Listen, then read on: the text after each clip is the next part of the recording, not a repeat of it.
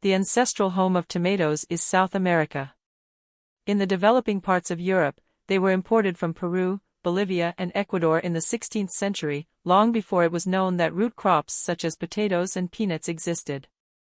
Also, tomatoes arrived before corn and tobacco. We're also going to take a slight lyrical departure from the tomato theme and tell you a short story about a group of college students and a field of peanuts. The story takes place in the years of early democracy in a post-communist Eastern European republic. A group of archaeology students, traveling by bus to another archaeological site newly discovered in the past year, where they will do an internship, pass by the peanut plantations in question, whereupon the driver decides to stop for a short break, supposedly to get a little trampled, and asks a curious and teasing question of its passengers, bragging to each other about their supposed achievements and dreams of a bright future. The question is simple, and the students do not think at all that they have slipped up and that they will become an embarrassment very quickly. Which is normal, considering that the level of education in the post-communist Eastern European country has already fallen below zero, on a scale of 1 to 10. Let's get back to the incident. The bus driver addresses his enthusiastic passengers, girls and boys, future archaeologists and discoverers of past civilizations and worlds. I will ask you a simple question: when are peanuts ripe and ready to pick and eat? I'm not asking you for anything else, but because we are currently next to a peanut plantation and I'm interested to find out from studious children like you, if it's worth picking a handful of peanuts or if they're still too early to pick and there are more green. At this question, a brainstorming session begins on the part of the students, and some of them rush to the plantations to see if the peanuts are really ripe and if they are really edible, so as not to expose themselves to the bus driver with their ignorance. Row after row, and after a short wander in the plantation, being careful not to trample and destroy the plants, they find that there is not a single peanut on the stems of the plants, after which they return to the bus and declare with unwavering confidence that the peanuts have long ripened and are already choose. At this moment, a quiet panic sets in among the faculty who are on the same bus, and the bus driver is struck dumb by the speech of these budding future scientists. The man looks at them and wonders if these children who have reached the age of majority are playing a joke on him, or if they really do not realize what they told him and they really do not know that peanuts are actually root crops and they will not find any fruit on their stems of these plants. The driver pulls himself together, keeps his composure and decides to show the youths that they made a great mistake with their ignorance. He enters the grove and carefully digs up one of the plants, then begins to pull out pod after pod with fresh peanuts in them, but they are still green and not ready to be picked because it is not October but the beginning of August. After the future scientists saw and realized what a trap they had fallen into, their journey continued in absolute silence on the bus. The story is instructive for many people even today. But, back to the little-known facts about tomatoes.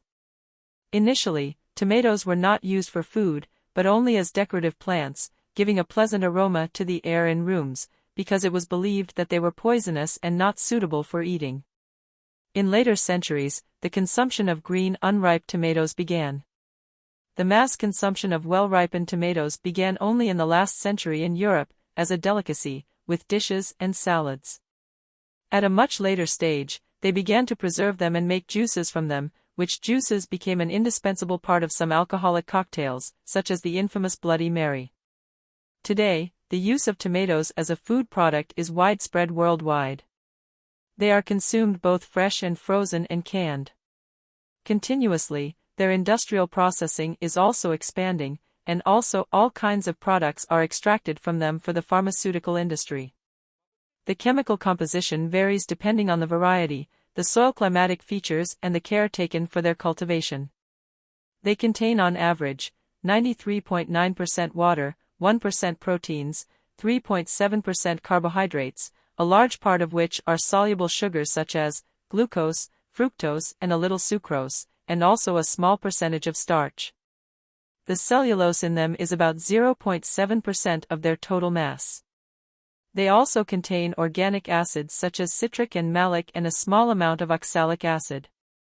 Mineral salts, potassium, 180 mg, phosphorus, 18.5 mg, as well as calcium, magnesium, sodium and iron.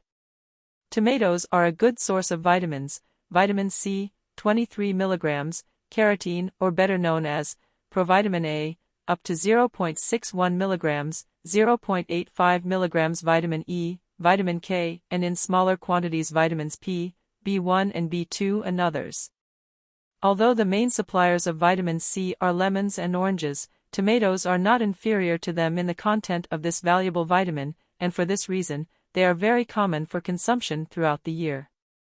The diverse chemical composition of tomatoes helps the better utilization of nutrients in the human body. Unfortunately, there are also people who have an allergy to tomatoes, which in very rare cases leads to a fatal outcome.